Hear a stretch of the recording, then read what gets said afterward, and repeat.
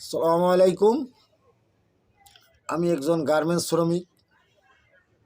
আমি গার্মেন্টস শ্রমিকদের কথাই বলছি। বর্তমান বাংলাদেশে গার্মেন্টস শিল্পের যেই পরিস্থিতি, অনেকগুলো গার্মেন্টস ইন্ডাস্ট্রিজ বন্ধ হয়ে গেছে। লক্ষ লক্ষ শ্রমিক বেকারত্ব জীবনযাপন করছে এবং চাকরিচ্যুত হয়েছে। অনাহারে জীবনযাপন হচ্ছে এদের। বর্তমান বাংলাদেশে যে ধ্বংসলীলা চালাচ্ছে বাংলাদেশ সরকারের কিছু অসাধু লোকে, ও এই যে নিরীহ লোকগুলো যে অনাহারে ভুগছে, কর্ম নেই, এ ব্যাপারে বর্তমান সরকারের কোনো ভূমিকা নেই।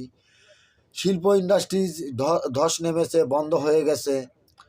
লক্ষ লক্ষ শ্রমিক বেকারত্ব জীবনযাপন করছে, এ ব্যাপারে কোনো ভূমিকা নেই বাংলাদেশ সরকারের। সে তার ধ্বংসলীলায় মেতে আছে ও তার নিজের ভোগবিলাসিতায় মেতে আছে। তাই আমি বাংলাদেশের সেনাপ্রধানকে আহ্বান করছি যে এই দরিদ্র রাষ্ট্রটাকে যেভাবে ভালোভাবে পরিচালনা করা যায়, সুদৃষ্টি রেখে আইনের সুশাসন পরিচালনা করুন ও দেশকে ধ্বংসলীলার হাত থেকে রক্ষা করুন। এ দেশটা ধ্বংস করে দিবে বর্তমান সরকারের অসাধু লোকজনে।